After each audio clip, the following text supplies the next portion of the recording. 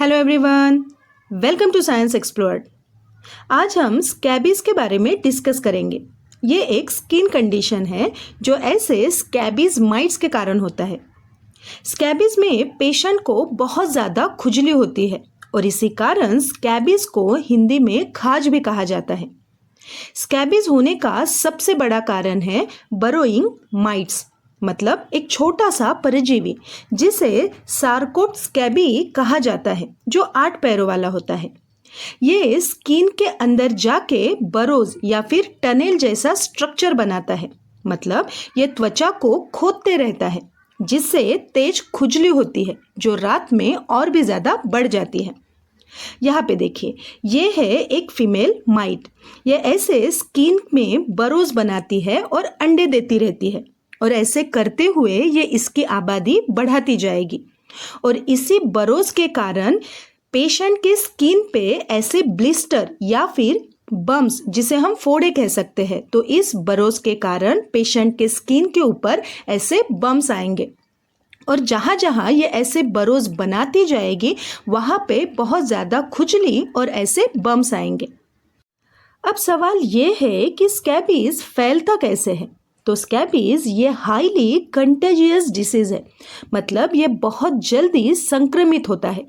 अगर scabies patient के कोई क्लोज कांटेक्ट में आता है या स्किन टू स्किन कांटेक्ट होता है या फिर उसने यूज़ किए हुए कपड़े, टॉवेल्स, बेडशीट अगर कोई दूसरा यूज़ करता है तो उसे भी ये डिसीज हो जाएगा। बट स्कैबीज को इजीली ट्रीट भी किया जाता है। डॉक्टर स्कैबीज के सिम्टम्स देख के पेशेंट को कुछ स्किन क्रीम जैसे कि परमिथ्रिन लोशन, मैलेथियन ऐसे क्रीम डॉक्टर रिकमेंड करेंगे जो पूरे बॉडी पे अप्लाई करना होता है। अगर किसी को ज़्यादा इन्फेक्शन है तो आइवरमेक्टिन जैसे टैबलेट्स भी डॉक्टर रिकमेंड कर सकते हैं। बट ट्रीटमेंट करने के बाद भी कुछ दिनों तक या फिर कुछ हफ्तों तक पेशेंट को खुजली हो सकती है और बॉडी पे ऐसे रैशेस भी दिखाई दे सकते हैं। हम घर पे ही स्कैबीज को इजीली पहचान सकते हैं। इसमें स्किन पे ऐसे पर्टिकुलर रैशेस या फिर लाल दाने आते हैं और खुजली होती है। इसका फैलाव घर के मेंबर्स में इजीली हो जाता है, सो इसे पहचानना बहुत ही ज़्यादा इजी है। नाउ सिम्टम्स ऑफ स्कैबीज, मतलब इसमें कौन से लक्षण दिखाई देते हैं। जैसे कि मैंने अभी बताया है, इसमें पेशेंट को खुजली होगी जो रात में और भी ज़्यादा बढ़ जाएगी। स्किन पे छोटे छोटे रेड बम्स आएंगे और अगर इस पे प्रॉपर टाइम में ट्रीटमेंट नहीं ली तो ये कंडीशन टाइम चलते वर्स्ट भी हो सकती है। नाउ कॉमन स्कैबीज साइट्स, मतलब बॉडी के कौन से ऐसे पार्ट्स पे खुजली ज़्यादा होती है। तो जो एडल्ट पर्सन है या फिर जो ओल्डर चिल्ड्रन होते हैं उनके बॉडी पे कहाँ पे ज़्यादा खुजली होगी, तो उनके जो फिंगर्स है तो उन फिंगर्स के बीच में, उनके आर्म पिट्स पे, वेस्ट लाइन मतलब उनके कमर पे, on the inner elbow, on the soles of the feet मतलब पैरों के तलवे, on the chest, around the nipple, around the belly button and around the genital and in the groin area, मतलब जो सेक्सुअल एरिया है वहाँ पे बहुत ज़्यादा खुजली और रैशेस आएंगे।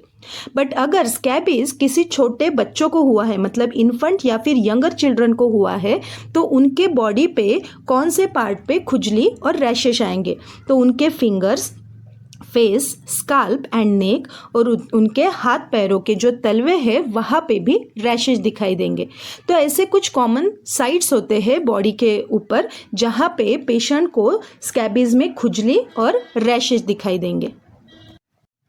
अभी हम स्कैबीज के ऊपर कौन सी ट्रीटमेंट है वो डिस्कस करेंगे। इसमें सबसे बड़ी ट्रीटमेंट है स्किन क्रीम, लोशन या फिर कुछ ऑइंटमेंट या फिर कुछ टैबलेट्स भी जो डॉक्टर रिकमेंड करेंगे, जिसे हमने पहले ही डिस्कस किया है।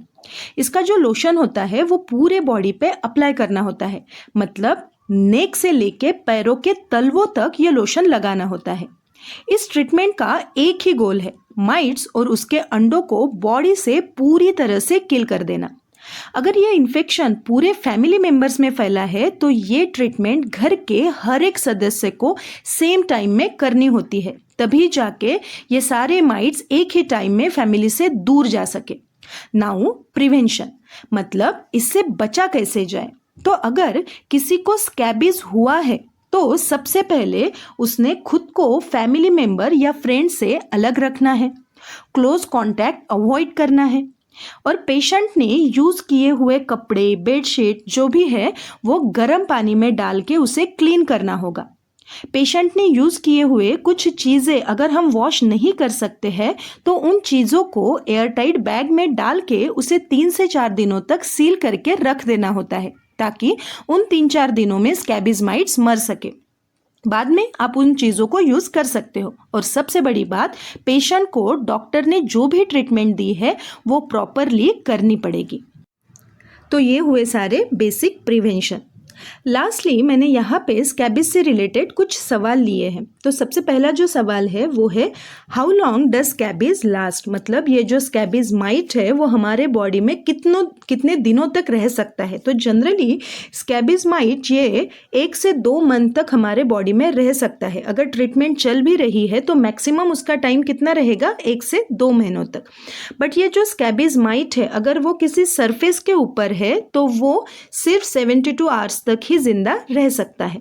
सेकेंड जो सवाल है वो है can we see the mites, तो जो स्कैबीज माइट्स है वो हम देख सकते हैं?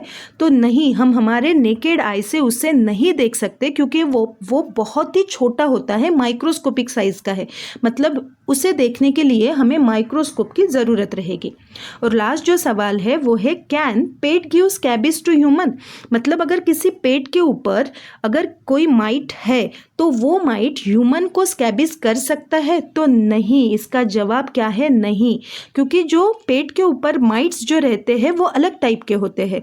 तो वो जो माइट है वो ह्यूमंस को अफेक्ट नहीं कर सकते हैं। मतलब स्कैबीज ये पेट एनिमल से ह्यूमन को नहीं होता है। तो ये माइट आता कहाँ से है?